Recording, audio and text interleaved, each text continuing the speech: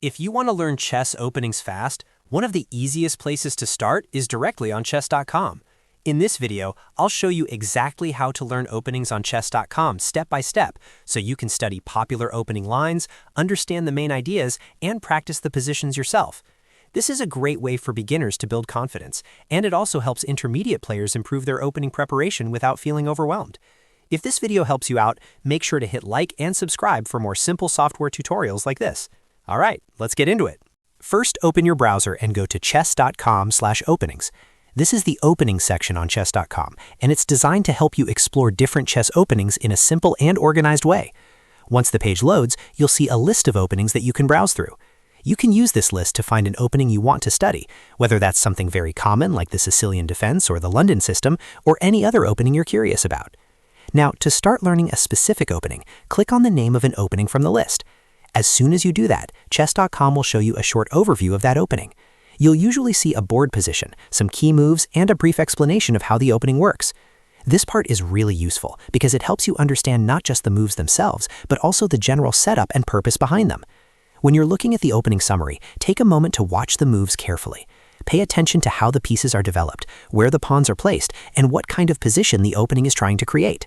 A lot of players make the mistake of memorizing moves without understanding them, but this section helps you focus on the ideas behind the opening. That way, you're not just copying a sequence, you're actually learning how to play the position. After reviewing the summary, look for the Practice button. This is one of the most important features on the openings page.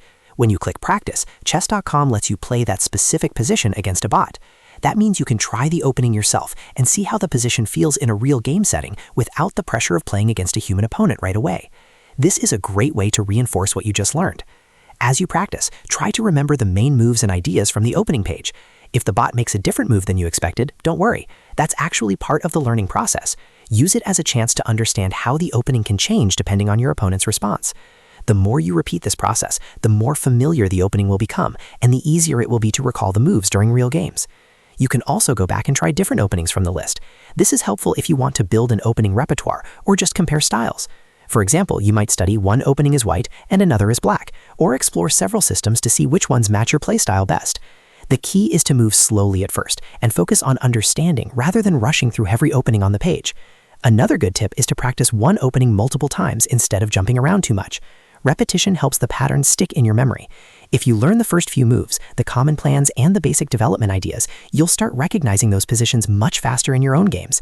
That can make a huge difference in your confidence when you sit down to play. So to recap, go to chess.com's openings page, choose an opening from the list, review the summary and key moves, and then use the Practice button to play the position against a bot. That's the simple process for learning openings on chess.com in a way that's both beginner-friendly and effective. If this tutorial helped you out, please give it a like and subscribe to the channel for more easy step-by-step guides just like this one. Thanks for watching, and I'll see you in the next video.